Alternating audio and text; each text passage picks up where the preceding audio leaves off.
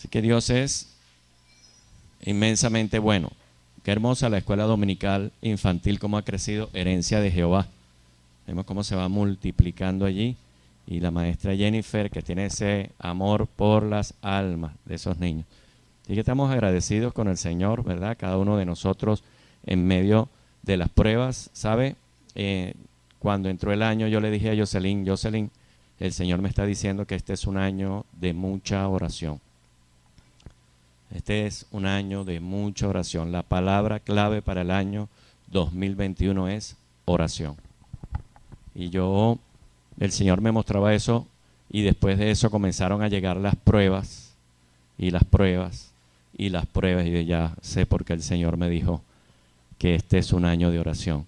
Porque nosotros a veces estamos en las pruebas, y cuando nosotros estamos en las pruebas, muchas veces pensamos que estamos derrotados.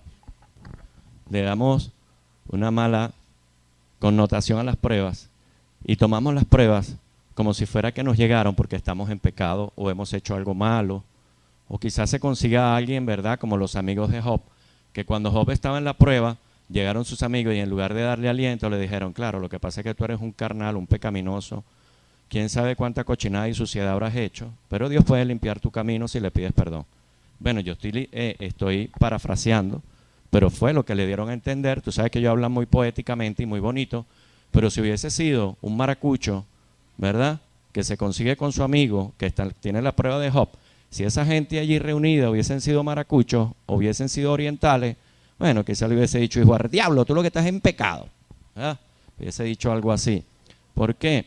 Porque ellos hablan ahí muy poéticamente, pero cuando tú lees todo, tú ves que ellos están señalando a Job de que está en pecado.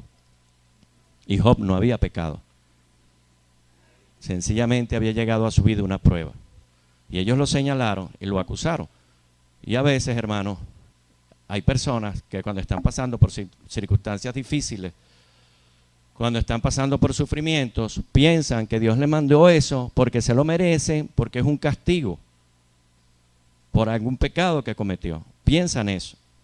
Pero la prueba viene sin aviso y no necesariamente viene porque sea un pecado o ese tipo de cosas.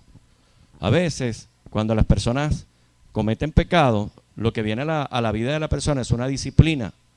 Y la disciplina del Señor es para amoldar el carácter y para que la persona se corrija. Sin embargo, las pruebas no.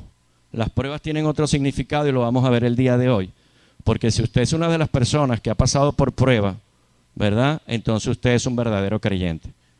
Porque todos los creyentes pasamos por pruebas, y como todos los creyentes pasamos por pruebas, entonces no quiere decir que es porque estén en pecado. Amén. Sencillamente Dios lo tiene destinado de esa manera. Así que el título de la predicación de hoy se llama Una vida victoriosa. Porque no hay victorias si no hay pruebas.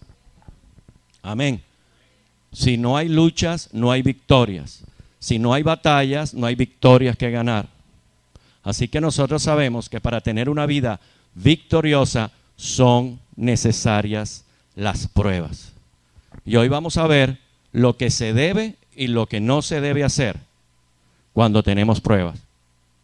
Porque hay cosas que no debemos hacer y a veces las hacemos. Y lo que debemos hacer a veces no hacemos. Y vamos a ver qué es eso y vamos a ver también qué es la prueba. La prueba son tiempos difíciles y tiempos de sufrimiento que llegan a nuestra vida. Un joven llamado Vincent Veloz, que tiene 25 años y es padre de una niña, él tuvo un accidente automovilístico y parte de su cerebro quedó inactivo, por lo cual este joven comenzó a sufrir como de trastornos mentales. Su familia comenzó a padecer con él y resulta que cuando esto comienza a suceder, él se va a una iglesia porque él estaba apartado de los caminos de Dios. Entonces lo de él no fue una prueba, fue una disciplina. Diga disciplina. Amén, porque la disciplina de Dios no es para destruir, es para corregir. Y tuvo este accidente porque Satanás vino a matar, a robar y a destruir. Pero Cristo vino a deshacer las obras del diablo. Amén. Así que nosotros vemos que este joven se va a un culto de oración y en el culto de oración está el pastor empezando con el estudio bíblico, ¿verdad? La parte del estudio, y en la parte del estudio comienza a conversar, casi no lo dejaba el estudio, comenzó a conversar con él y el pastor se comienza a dar cuenta de que algo va mal. Bueno, el joven se va y busca una R-47 o algo así creo que se llama, un arma, un fusil, un arma larga, y se mete, y cuando el pastor ve esto atrinchera a todo el mundo se esconde, y entonces en última instancia llaman a la policía y él comienza a apuntarse para dispararse. Yo quiero que usted vea esta escena en un servicio. Y este joven se llama Vincent Veloz, lo puede buscar por internet y leer la historia de él. Este joven, cuando ve que está rodeado y lo están tratando de convencer de que es el arma, que no le va a pasar nada, que no ha hecho ningún daño, ni va a sufrir ninguna consecuencia, en medio de su trastorno mental se dispara en la cabeza. Después de dispararse en la cabeza, lo toman, lo llevan a un hospital y milagrosamente este joven sobrevive. Yo quiero que por un momento usted vea la situación en la que se encuentra esa familia. Y quiero que me acompañe en este texto bíblico que está en Santiago, el capítulo 1, el versículo 2 al 4, que dice: los que trajeron su Biblia dicen amén cuando lo tengan allí con la señal de costumbre. Levantan su mano. ¿Cuántos lo tienen? Santiago 1. Santiago capítulo 1 puede ser su Biblia electrónica, puede ser la Biblia que tiene en su celular, puede ser el libro que trajo, ya lo tiene. Yo voy a pedir por favor el que pueda ponerse de pie, póngase de pie para leerlo, por favor. El que pueda, el que no se puede quedar sentado no hay ningún problema. Hermanos míos, tened por sumo gozo cuando, escuche bien, cuando os halléis en diversas pruebas, sabiendo que la prueba de vuestra fe produce paciencia, mas tenga la paciencia su obra completa para que seáis perfectos y cabales, sin que os falte cosa alguna. Puede tomar asiento. El texto dice que tengamos por sumo gozo cuando os halléis en diversas pruebas. Y ese cuando, ¿verdad?, nos indica que las pruebas son de tiempo en tiempo. Y este fue el tiempo de la prueba para esta madre de este joven, para esta familia. Todo estaba normal en su hogar y de repente este joven sufre ese accidente y después de ese accidente viene a la iglesia, se dispara, casi se quita la vida y todo esto sucede en el hogar de estas personas sin previo aviso. Eso es una prueba para los padres de este joven. ¿Usted está conmigo? Y esta tremenda prueba que ellos comienzan a suceder, a padecer, o por la que comienzan a atravesar, fue motivo para que ellos se metieran más en oración. Así que las pruebas son periodos de tiempo de sufrimiento, acontecimientos que no nos agradan, cosas que nos suceden, que nos pueden llegar a quitar el gozo. Y como esto lo sabe Santiago, el medio hermano del Señor Jesús, le advierte y les dice a las 12 tribus que están dispersas, les dice que tengan por sumo gozo cuando se hallen en diversas pruebas. Tengan por suma alegría. Escuche bien, escuche. Yo estoy igual que usted. Yo estoy igual que usted. Tenga por sumo gozo cuando se halle en diversas pruebas. Quiere decir que esta familia que está atravesando por esto, escúcheme bien porque yo también tengo un conflicto. Yo lo tengo allí, todos los cristianos lo tenemos. Pero lo dice Santiago. Estemos gozosos. Pero ¿en qué consiste el gozo en medio de la prueba? Ya lo vamos a ver más adelante. ¿Cómo es posible que esta familia, en medio de lo que está atravesando, en medio de lo que está padeciendo, puedan mantener el gozo? ¿Sabe cómo? Entendiendo cuál es el propósito de la prueba. Óigame bien, a veces las cosas suceden y Dios está probando nuestra fe. Y Dios muchas de las cosas no es que las mande, es que las permite. Porque Dios está viendo cuál es nuestra reacción. Y uno de los propósitos de la prueba es porque en parte nos mantiene humildes.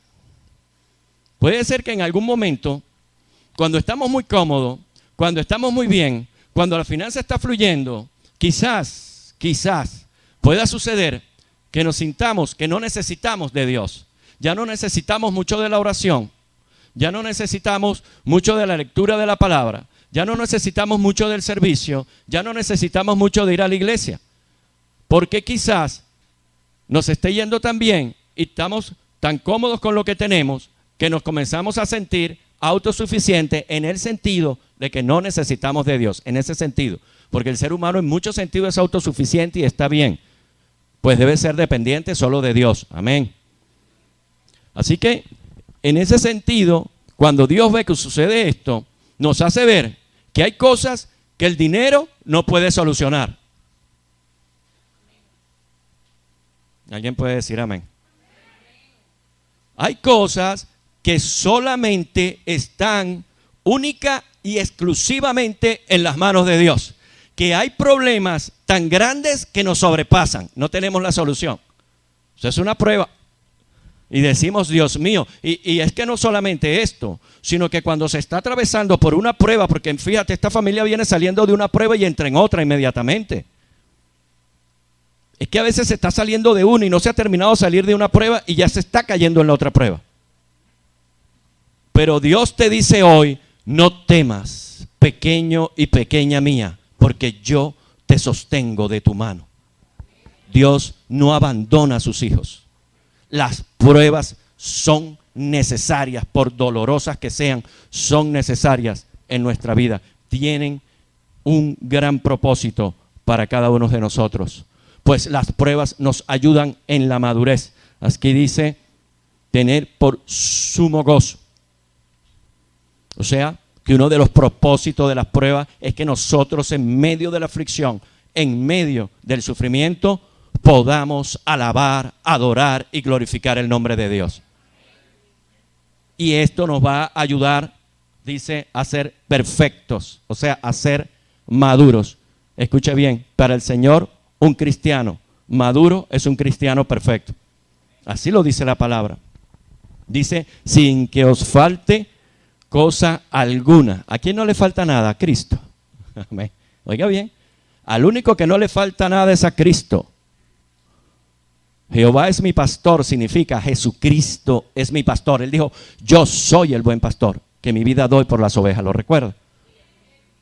Entonces cuando el Salmo 23 dice, Jehová es mi pastor, nada te faltará, está diciendo que Jesucristo está completo. Y que como Él está completo y Él es mi pastor, yo estoy completo y tampoco me falta nada. Escuche bien el significado. Así que dice el texto, perfectos y cabales sin que os falte cosa alguna. Y lo primero que uno quizás crea que está diciendo el texto es que está hablando de cosas materiales que no nos van a hacer falta. Por supuesto que Dios es nuestro proveedor y Él también se va a ocupar de las cosas que necesitamos. Pero de lo que está hablando aquí Santiago es precisamente de que alcancemos la estatura y la madurez de Cristo a través de las pruebas. Escuche bien, porque dice, para que no os falte cosa alguna, ¿en qué? Para que no os falte cosa alguna en nuestro carácter. Para que nos parezcamos cada vez más a Jesús. Para que digan algunas personas que te rodean, esta persona está completa. Usted ve la plenitud de una persona. Cuando un cristiano está completo, cuando se parece a Jesús, no le hace falta nada. Amén. Y esto que acontece en las vidas de las personas, muchas veces es porque Dios nos está llamando. Porque la prueba también es parte del llamado. Cuando usted tiene un llamado de Dios al servicio, cuando usted tiene un llamado del Señor, por algún motivo comienzan a sucederle pruebas. Primero, Él le muestra el llamado y le dice, tienes un llamado, un ministerio pastoral, tienes un ministerio de evangelista, o vas a ser músico, o vas a ser salmista. Amén. Luego que Él te da eso, el Señor te comienza a probar antes de darte el ministerio. Porque una de las cosas que nosotros debemos entender es aquel pasaje que dice que no hay quien deje padre, madre, hijos, hermanos, dice esposa, pero realmente en el original no dice esposa, así que la esposa no hay que dejarla por el ministerio. Cuidado. Te va al original o a otras versiones y no dice esposa. Dice padre, madre e hijos y hermanos, que no tenga 100 veces más en recompensa en este mundo y en el venidero. Entonces hay que ver, hay que probar hasta dónde es capaz de llegar la persona por servir a Cristo y por seguir a Cristo. La prueba siempre, si usted lee todos los personajes bíblicos que atravesaron diferentes pruebas, llámese Abraham, llámese Jacob, llámese David, llámese Pablo, cualquiera de estos personajes, siempre después de la prueba venía una gran bendición. Entonces Dios quiere bendecirnos y llevarnos a otro nivel, y es necesario el sufrimiento. Ay, pastor, esa es la parte que no me gusta. A nadie le gusta. A nadie le gusta. Ay, me gusta sufrir. No es eso lo que dice el Señor, que nos gocemos en la prueba. No es que digamos, ay, me gusta sufrir, Señor, qué sabroso estoy sufriendo. No es eso. El Señor dice es que nos mantengamos con convicción. Amén. El gozo es la certeza de que es un tiempo por la que estamos pasando y que no vamos a salir destruidos de ello. Amén. Gloria a Dios. 3 cosas que no debes hacer cuando estés en la prueba. La primera, no te desesperes. Oye, hay un puestico de por medio, pero le puedes decir al que está a tu lado, no te desesperes. Te desesperes. Tranquilo, tranquilo, tranquila. Tú sabes que es difícil en la prueba estar tranquilo. Es difícil. Siempre uno quiere hacer algo, siempre uno quiere solucionar algo, siempre, a veces no hay nada que solucionar. Ay, Dios. Está el problema allí y lo único que podemos hacer en ese momento es confiar. Gloria a Dios. Pero qué maravilloso ser un hijo de Dios, que en medio del sufrimiento, del problema y del conflicto tenemos en quien confiar. Qué triste fuera que cuando estemos pasando por esas situaciones no tenemos en quien confiar.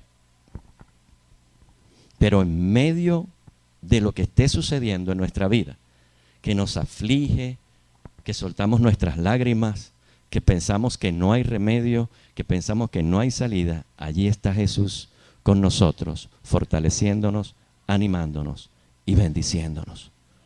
El Señor no se ha apartado de nosotros. Es un periodo de tiempo.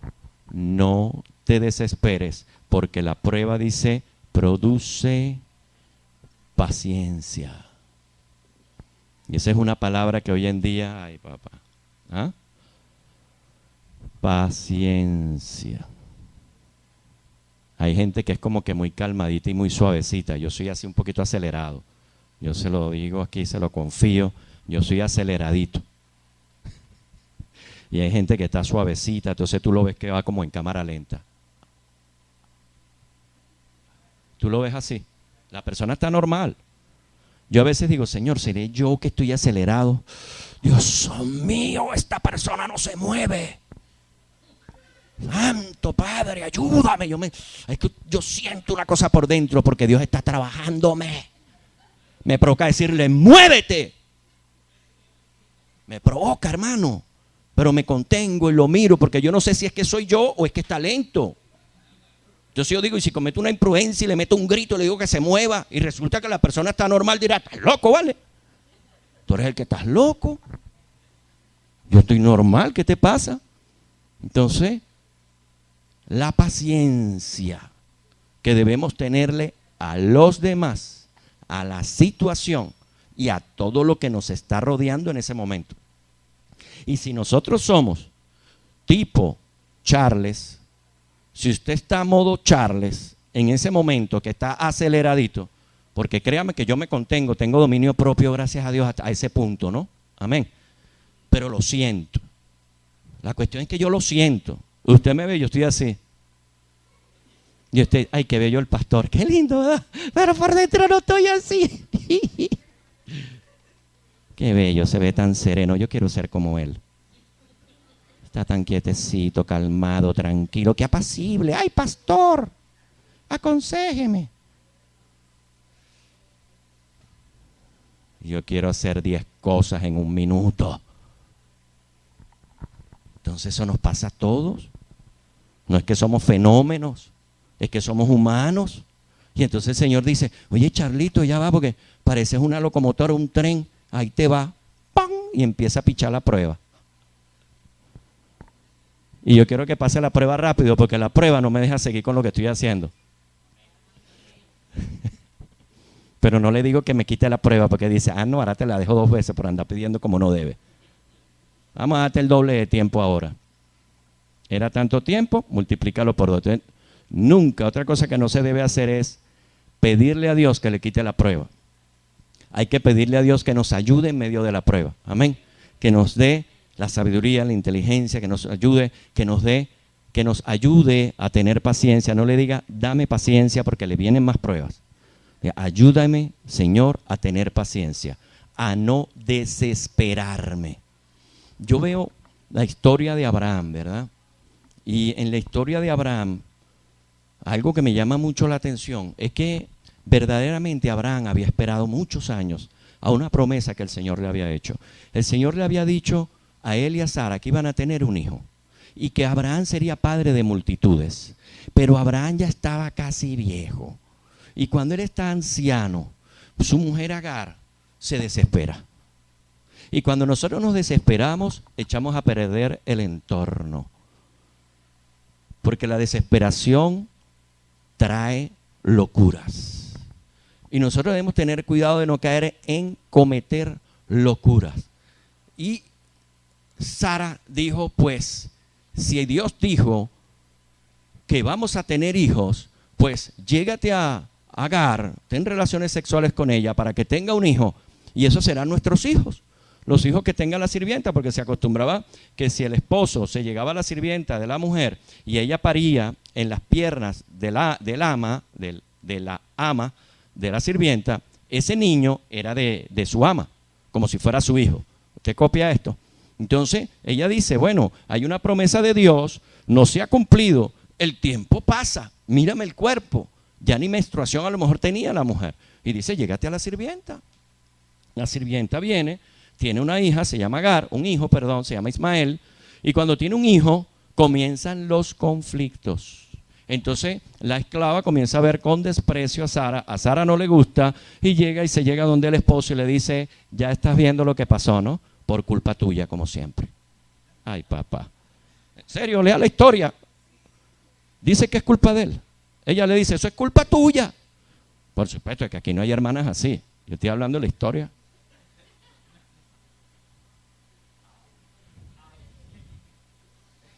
Ella va y le dice, acuéstate, sale embarazada, tiene el hijo, todo como lo dijo Agar. Abraham, muy obediente, dice, bueno, a lo mejor tiene razón la mujer y así es que vamos a tener el hijo de la promesa.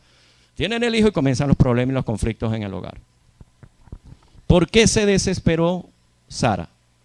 Porque Dios había dado un tiempo para la promesa y Dios los estaba probando. ¿Qué estaba probando? Lo que dice Santiago, su fe. Vamos a ver hasta dónde llega la fe. Y cuando esto sucede, tiene Ismael y el Señor se le presenta a Abraham y le dice, no es en Ismael que te daré descendencia. Por supuesto que Ismael será una gran nación, pero no es en él. Es en el hijo que te dé Sara, como te lo dije al principio, porque Dios no cambia. Dios cumple su promesa. Y por supuesto Abraham se inclina su rostro en tierra, ¿verdad? Y cuando él inclina su rostro en tierra, pues él mismo le causa risa lo que Dios está diciendo. Fíjate lo que le dice Sara. Tú tienes la culpa de que Agar me desprecie. Pequeño detalle, ¿no? Se acuesta Abraham en el suelo, pone su frente en el piso. Debe ser para reírse sin que el Señor se diera cuenta. Y Dios, que lo sabe todo, sabe que se está riendo. Pero entonces él dice, wow, ¿Cómo ya un hombre ya viejo de 100 años va a tener un hijo? Es que yo no lo culpo, hermano. Que cualquiera también, pero esto es imposible. Pues Dios cumple lo que promete. Al año siguiente, Sara tuvo Isaac. Amén. Y lo maravilloso de esta historia es que nos enseña a esperar en Dios. No se desespere en medio de la prueba. Otra persona que se desesperó en medio de la prueba, no se preocupe que a veces los varones también somos desesperados, ¿yo? No son nada más las hermanas, por si acaso. Y es la historia de Rebeca con Isaac. Rebeca no podía tener hijos, así que Isaac ora y Dios le concede a Rebeca que salga embarazada. Y en el vientre de Rebeca resulta que tiene mellizos. Tiene 2 niños en su vientre. El Señor responde esa oración, pero cuando el Señor le responde la oración a ella, resulta que no era un niño lo que tenía en el vientre, sino... Y los hijos luchaban dentro de ella y dijo, si es así, ¿para qué vivo yo? Y fue a consultar a Jehová, porque claro, se quejaba porque no podía tener hijos, y después se quejaba porque 2 hijos estaban peleando en el vientre. ¿Usted sabe? Son cosas de nosotros los seres humanos, ¿verdad? Dame un carro, después el carro accidentado todo el tiempo, entonces, ay Señor, este pedazo de carro, ok. Entonces, Señor, me quiero casar, no sé qué, este pedazo de... No, mentira, nadie dice así de pedazo de esposo. ¿Quién dice pedazo de esposo? Nadie. Entonces, oye, dame esposo, tengo esposo, entonces el esposo se convierte en un dolor de cabeza. Ay, este esposo que tú me diste, epa. Yo pensé que tú te querías casar, como Adán, que la mujer que me diste. Oye, Adán sí podía decir eso, porque verdaderamente no había más nadie allí, ¿no? Esa sí se la dio Dios.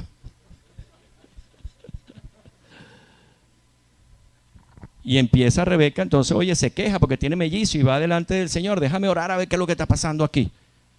Parece que los niños peleaban allí en el vientre. Y los hijos luchaban dentro de ella y dijo, si así es, ¿para qué yo vivo? Y le respondió Jehová, 2 naciones hay en tu seno y 2 pueblos serán divididos desde tus entrañas. Un pueblo será más fuerte que el otro y el mayor, escuche bien la clave, y el mayor servirá al menor. Escuche bien esto. Cuando se cumplieron los días, Rebeca pare a Jacob y pare a Isaac. Cuando va saliendo Isaac, Jacob toma por el talón, cuando van haciendo Esaú, Jacob toma por el talón a Esaú y sale agarrado por el talón con él, y por eso le ponen Jacob, que significa suplantador. Y en este caso, que la Biblia indica que él está tomándolo por el talón, es porque se está cumpliendo en parte la profecía que ya Dios tiene para ellos. Viendo su madre que su hijo preferido es Jacob, y viendo su padre que su hijo preferido es Isaac, y Jacob es el menor, Isaac el mayor, entonces la primogenitura le corresponde ¿a quién? A Esaú. Amén, gracias hermano, estoy ahí enredado con los nombres. Sí. Isaac es el papá, Esaú y Jacob. Entonces, Esaú era un cazador fuerte. Cuando Esaú va a cazar algo para su padre, para que su padre lo bendiga, la mamá toma a Jacob y lo viste, lo disfraza, como si fuera Esaú, para que tome la bendición que el padre tenía para Esaú. En este momento que se presenta Jacob delante de su padre, le toca los brazos y dice, los brazos de Esaú tienes, pero tu voz es la voz de Jacob.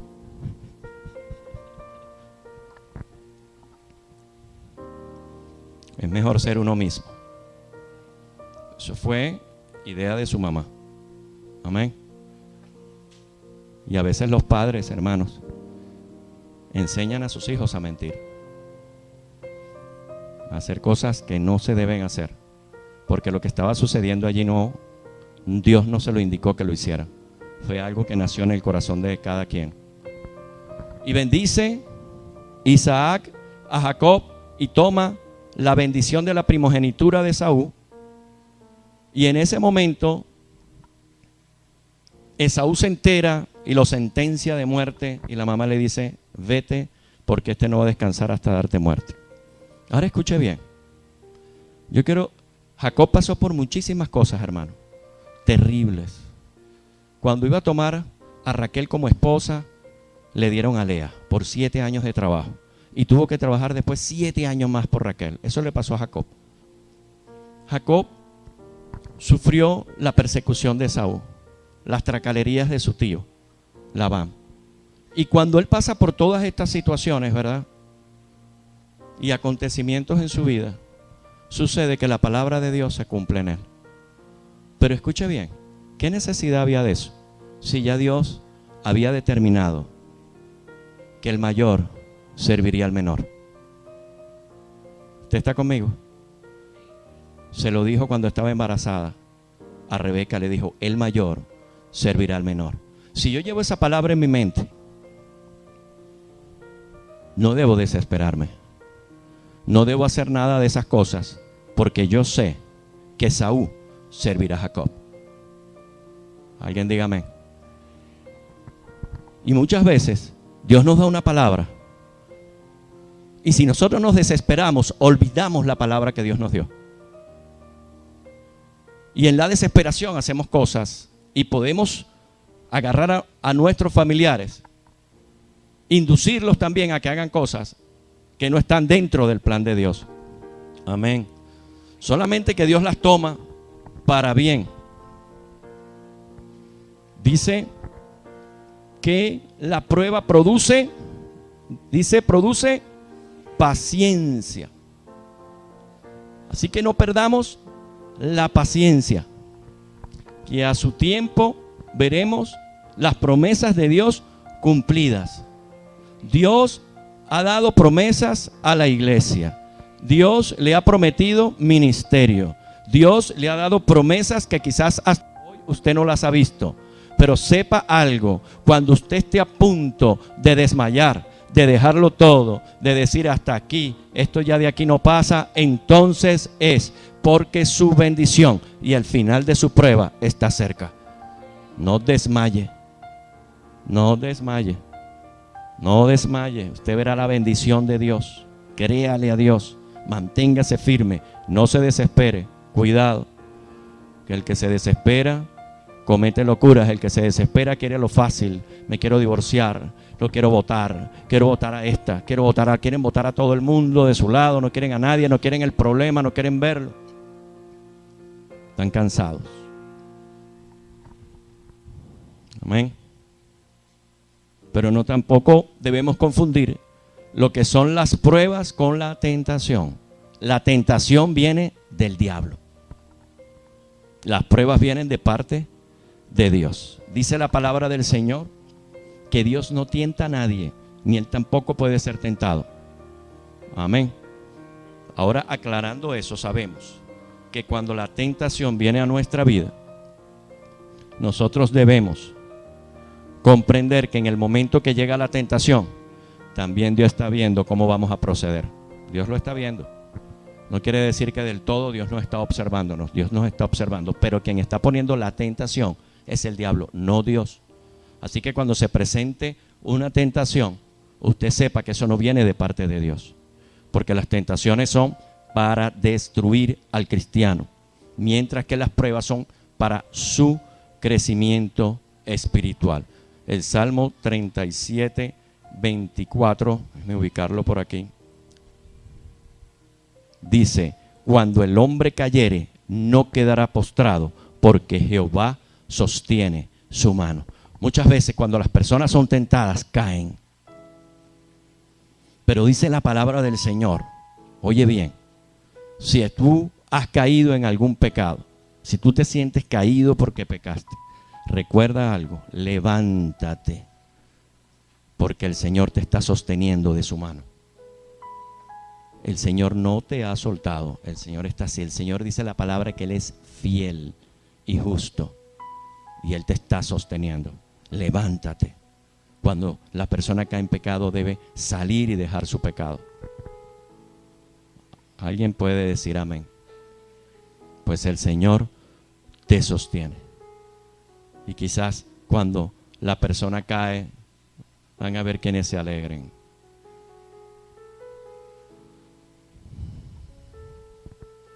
A veces hay personas que están esperando, pero ¿sabes algo? Las pruebas son para glorificar a Dios.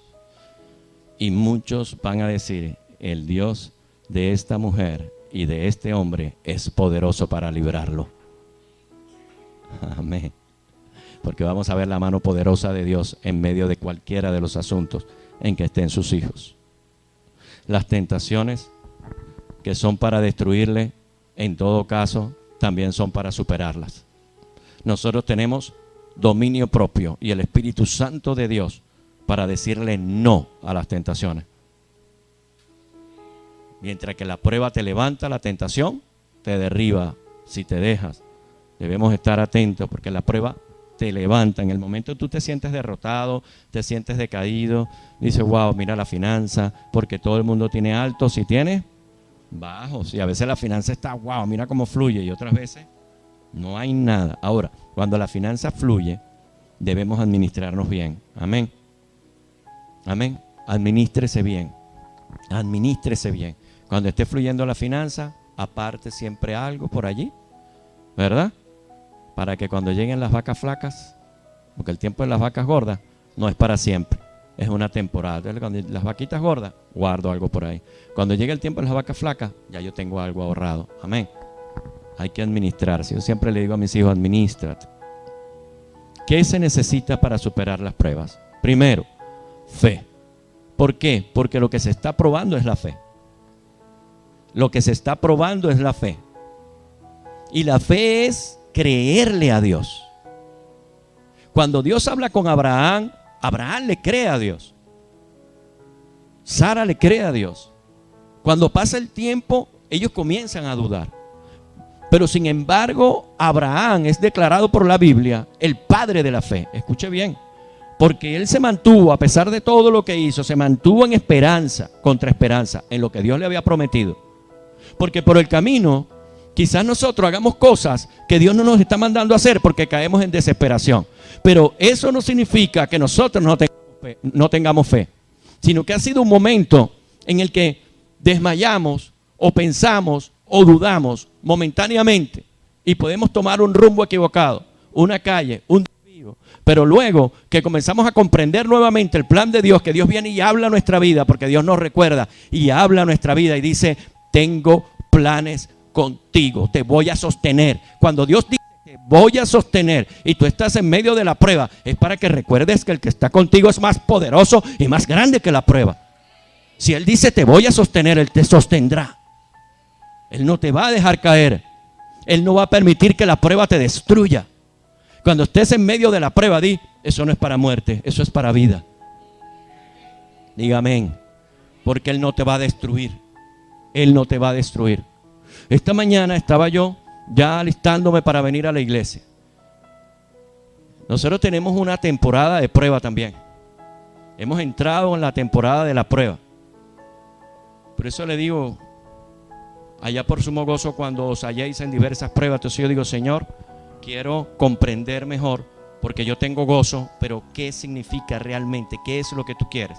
¿Qué tipo de gozo? Especifícame. ¿Alguien puede decir amén aquí? O usted no se lo pregunta. Yo digo, está esa familia pasando por esto. Este hombre casi se vuela los sesos. Tengan por sumo gozo cuando están en diversas pruebas. Señor, ¿cuál es el gozo que ellos deben mantener allí? ¿Qué debemos hacer cuando estamos pasando por las pruebas? Y sucede que me llaman por teléfono, me despierta Jocelyn, porque yo me levanto temprano, yo me levanto como a las 5 de la mañana, hago lo que tengo que hacer y me acuesto otro ratico mientras llega la hora. Y yo, bueno, desde las 5 no vi el teléfono y mi hermana me había mandado un mensaje. Oré, hice las cosas que uno hace cuando está de mañana. Porque cuando estamos así de mañanita, lo que buscamos lo primero es la presencia de Dios. De mañanita lo que queremos ver es el rostro de papá. Señor, así de mañanita te quiero ver. Que lo primero que mi mente y mis ojos vean es tu benevolencia, Jehová. Es tu rostro, es tu bondad. Con la primera persona que quiero hablar hoy es contigo. A esa hora la gente está dormida, así que la única persona con la que puedo hablar es con el Señor. Amén. Y en esa intimidad con Dios termino y me acuesto un ratico y mi esposa me levanta: Charles, mira, llamó tu hermana. Yo dije, bueno, sí, yo sé que algo pasó, porque ya Dios me dijo que el periodo de la prueba había empezado. Y Dios allí empieza a tratar conmigo y me dice que mi mamá se le subió la tensión, entró al baño, se cayó y se dio un golpe muy fuerte en la cabeza, y que ella en ese momento está en Rescarben. Y entonces, como yo soy el que estoy preparando el mensaje, amén, como ya Dios me está preparando a mí, porque de mañana yo te buscaré. Y cuando tú buscas al Señor de mañana, el Señor empieza a prepararte. Entonces yo no me desesperé, porque yo no puedo hacer algo contrario a lo que enseño. ¿Alguien dice amén aquí en este lugar? Pues entonces voy a enseñar una cosa y voy y lo hago yo. ¿Cómo es eso? Entonces yo dije, Señor, ¿qué debo hacer en medio de la prueba? Como tú me lo dijiste, como hablaste a mi corazón. Hoy no me voy a desesperar, porque lo primero que a alguien se le ocurre, agarro, me pongo los zapatos y salgo corriendo y me voy a la clínica, ¿verdad? Pero entonces mejor no hacer lo primero que se nos ocurra, se lo recomiendo. Pedimos la dirección a Dios. Jocelyn me dice, ¿qué hago, mi amor? Yo le dije, manténgase firme y vamos a hacer lo que íbamos a hacer hoy. Usted va a dirigir el culto y yo voy a predicar. Y el Señor Jehová, nuestro Dios, se ocupará de mi madre. Porque nosotros nos ocupamos de sus asuntos y Él se ocupa de mi mamá. Cuando yo le dije así, Jocelyn me dice, mi amor, yo quiero irme donde está tu mamá. Yo le dije, vamos a orar. Y oramos. Yo le dije, yo también quiero, por supuesto. ¿Quién no va a querer irse a donde está su mamá? Vamos a orar. Y entonces oramos. Después que oramos, llama a mi hermana, porque ya ella le había dicho, oye, yo quiero irme a donde estás tú, Heidi. Llama a mi hermana y le dice, Jocelyn, no te vengas, tranquila, porque ella, mi hermana, estaba hecho un majarete de nervios y ya no hace falta, yo te aviso si te tienes que venir. Y llama, hablo con mi hermana y le digo, mira, Heidi, esas son pruebas, esto es una prueba, a mi mamá no le va a pasar nada, mi mamá está en las manos de Jesús, mi mamá está en las manos de Dios, esto es una prueba, vamos a creerle a Dios, vamos a pasar la prueba. Apenas yo terminé de predicar, yo me voy para allá. Pero una de las cosas que nosotros debemos hacer cuando llega la prueba es mantenernos firmes. No dejar de hacer las cosas que Dios nos ha mandado a hacer porque tenemos prueba. Eso es fe. No dejes de hacer lo que Dios te ha mandado a hacer porque tienes una prueba. Entonces la prueba me impide, porque la prueba me da desgano, porque la confianza empieza a perderse. Entonces comienzo a dejar a un lado mi ministerio, comienzo a dejar mis responsabilidades. Cuando llegan los momentos difíciles, crea que yo le estoy hablando humanamente, yo sé de lo que le estoy hablando. Yo he visto familiares míos pasando por pruebas tremendas y muchas veces no lo han soportado. Y uno entra a su casa a visitarlos y la casa huele a zoológico, porque no se han bañado, porque han caído en la bebida, porque piensan que ya todo está perdido.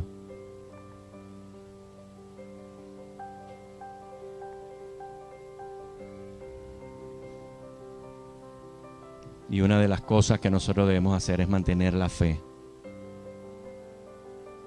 Mantenernos con fe. Mantenernos con fe. Toda la circunstancia que nos rodea, cualquier cosa que nos esté pasando, no determina el plan y el propósito de Dios en nuestra vida. Eso no lo determina. Y lo vemos en la vida de José. Todo lo que le sucedió no determinó jamás el final que José tendría. Todo apuntaba a que eso no se iba a dar, porque el enemigo quiere decirte, no vas a llegar, no vas para la meta, no se va a cumplir lo que Dios te prometió. Prepárate porque hasta aquí llegaste. No vale, imagínate, eso es demasiado para ti. ¿Y quién eres tú? Y te dice un pocotón de cosas porque quiere debilitarte. Pero usted manténgase firme, tenga fe. Y otra de las cosas que debemos hacer es tener sabiduría. Y si no se tiene sabiduría, pídala a Dios, dice la Biblia, porque Él la dará abundantemente y sin reproches. Otra de las cosas por la cual nosotros obtenemos la sabiduría es a través de los errores. Hay personas que no quieren cometer errores, entonces no hacen nada para no equivocarse. Y quieren tomar la experiencia de otros y no cometer un solo error. Y vivir de la experiencia de otro para no cometer un error. Aunque nosotros podamos aprovechar la experiencia de otras personas, vamos a cometer errores. Levante la mano el que no ha cometido un error. Ok. Todos hemos cometido errores, pero cometer los errores también nos enseña. Cuando nosotros tenemos aciertos, eso nos enseña. Ahorita vemos un robot allá en Marte. Wow, el que no sabe dice, wow, mira hasta dónde llegó el hombre, que se ve como sencillo, ¿verdad? Bueno, estos son miles y miles de pruebas, cohetes estrellados, fracasos, errores que se cometieron. Y a medida que eso fue sucediendo, se fue perfeccionando. Porque las pruebas nos van perfeccionando. Y aunque nosotros cometamos errores, cuando Dios nos está probando, nos está perfeccionando. Y nos vamos a ir perfeccionando. Y va a llegar un momento en que ya estamos ejercitados en las pruebas. Hasta que llega el día en que tenemos una prueba y ya sabemos todo lo que tenemos que hacer. Primero, debo tener fe. Segundo, debo tener sabiduría. Y tercero, debo ser constante. Mas tenga la paciencia su obra completa para que seáis perfectos y cabales sin que os falte cosa alguno. Debo tener la reacción de acuerdo a la instrucción. El Señor me da una instrucción en este momento y me dice, cuando tengas prueba, ten fe, ten sabiduría y sé constante. Amén. Y lo que le gusta anotar, anótelo, hermano, porque en la prueba se olvida. A veces decimos, yo tengo una fe poderosa, yo no necesito prueba, pero cuando estamos en medio de la prueba, hermano, cuando es a nosotros que nos toca la prueba, cuando estamos en medio de la dificultad, qué distinto nos sentimos, ¿verdad? Nos sentimos vulnerables, decimos, wow, yo me sentía con ese poder, con esa fe y ahora. Porque Dios nos quiere llevar a otro nivel de fe. Y una de las cosas importantes es mantenernos activos en el ministerio y en el servicio. Viene la prueba, ahora más sirvo al Señor. Porque si el enemigo también quiere aprovechar para detenerme, para distraerme, para desenfocarme, no lo va a lograr. Porque Dios está conmigo. Amén. Un hombre que se llamaba Richard Wurmbrand, en 1948, él predicaba, creo que era en Rumania, y allí en ese tiempo el comunismo no es como es ahora. Ahorita el comunismo es más tolerante, pero en ese tiempo era algo tremendo, terrible. Bueno, resulta que este hombre lo meten preso por predicar el evangelio, meten presa a su esposa, lo meten preso por 3 años, sale y lo meten preso por 14 años más. Y este hombre, a pesar de todo lo que le estaba sucediendo desde la cárcel, no podía hablar con nadie. Le cambiaron el nombre para que los familiares no lo consiguieran y no supieran dónde está, en qué cárcel estaba. Y cuando él estaba aislado, él sentía la necesidad de predicar. Entonces él preparaba mensajes allí y se los predicaba él mismo. Escuche bien esto, amado. Qué tremendo. Y él mismo se daba sus predicaciones y sus predicaciones. Después escribió un libro con todas las predicaciones que él hizo allí en la cárcel. Mientras tanto decía, pero yo tengo que predicar. ¿Cómo hago para predicarle a mis compañeros si no tengo comunicación con ellos? Así que agarró una llave, algo, y a los barrotes hacía una especie de clave Morse, a ver quién conocía la clave Morse. Y había otra persona en otra celda que conocía la clave Morse y le iba traduciendo al resto de sus compañeros lo que le estaba predicando Richard. Wow, pero yo sí digo que esto es perseverancia. Esto es perseverancia, hermano. Esto es perseverar en el ministerio. Él tiene un llamado de predicar la palabra y dijo, yo voy a seguir predicando la palabra. A ese hombre lo agarraban, lo acostaban, le ponían los pies boca arriba y le daban con una tabla en los pies hasta que le sangraban. Y al otro día lo que le esperaba era que le dieran ya en el hueso porque ya no le quedaba carne. Una tortura. Y él predicando la palabra. Hoy en día él tiene un ministerio poderoso. Bueno, él partió con el Señor, pero dejó un ministerio muy hermoso. Déjeme ver si consigo el nombre del ministerio para que usted lo busque por allí. Se llama La Voz de los mártires. Y cualquiera ve ese ministerio que está más o menos, está enfocado allá en África, está más enfocado hacia África, que hay musulmanes y persiguen mucho a la iglesia. Y dice, wow, mira este hombre y mira este ministro de Dios. Y si no conoce su historia, dice, yo quiero lo que él tiene. Ajá. Pero mire por todo lo que él pasó. El precio que él tuvo que pagar para llegar donde está. ¿Qué le quiero decir? Richard fue constante en medio de la prueba. No fue cualquier prueba. Lo separaron de su esposa por 20 años. Su esposa sabía que estaba vivo. Los soldados le decían, no, él murió. Pero Dios nos habla. Y Dios le decía a ella, él está vivo. Se fueron en 1966 cuando salió de la cárcel por una amnistía de uno de los presidentes, hubo un cambio de gobierno, algo así, y se fue a los Estados Unidos en 1966 a vivir el resto de sus años con su esposa y a continuar con su ministerio y su llamado. Porque a veces la prueba es parte de tu llamado. Yo le voy a pedir en este momento que usted se ponga de pie. Por favor. Cuando uno es constante, uno da fruto. Amén. ¿Quiénes eran Sarai y Jacob? Recuerda la historia que le conté de Sara y Abraham, Jacob e Isaac. ¿Quiénes eran? Tenían unos nombres en un momento, pero después que salieron de la prueba, Dios le cambia los nombres. Oh Señor, gracias. Y le dice, ya no, tú no serás más Sarai, ahora tu nombre será Sara. Y a Jacob le cambia el nombre y le dice, ya tu nombre no será más Jacob, suplantador, sino que tu nombre será Israel. Porque todo aquel que se somete a la voluntad de Dios en medio de la prueba recibe un gran galardón de parte del Señor. Tus lágrimas no han caído en vano al suelo. Tus sufrimientos no han sido en vano, porque el Señor en esta hora te dice, todo lo que tú has sufrido y estás padeciendo en medio de la prueba tiene una gran recompensa de parte del Señor. Así como Dios recompensó a Jacob, así como Dios recompensó a Abraham y recompensó a Sara, porque Abraham le dijo, ya no será más tu nombre Abraham, sino Abraham, porque ahora serás padre de multitudes, padre de la fe, y serás conocido como amigo de Dios. Todos dicen amén. Serás conocido como amigo de Dios, porque creíste en esperanza contra esperanza. Donde otros abandonan, ahí usted se mantuvo firme. Donde otros tiran la toalla, usted dice, yo le creo a Dios. Donde otros se dejan derrotar y se dejan vencer y se apartan y dicen, para mí no hay esperanza, usted se ha mantenido allí hasta el final. Porque usted está esperando recoger el fruto.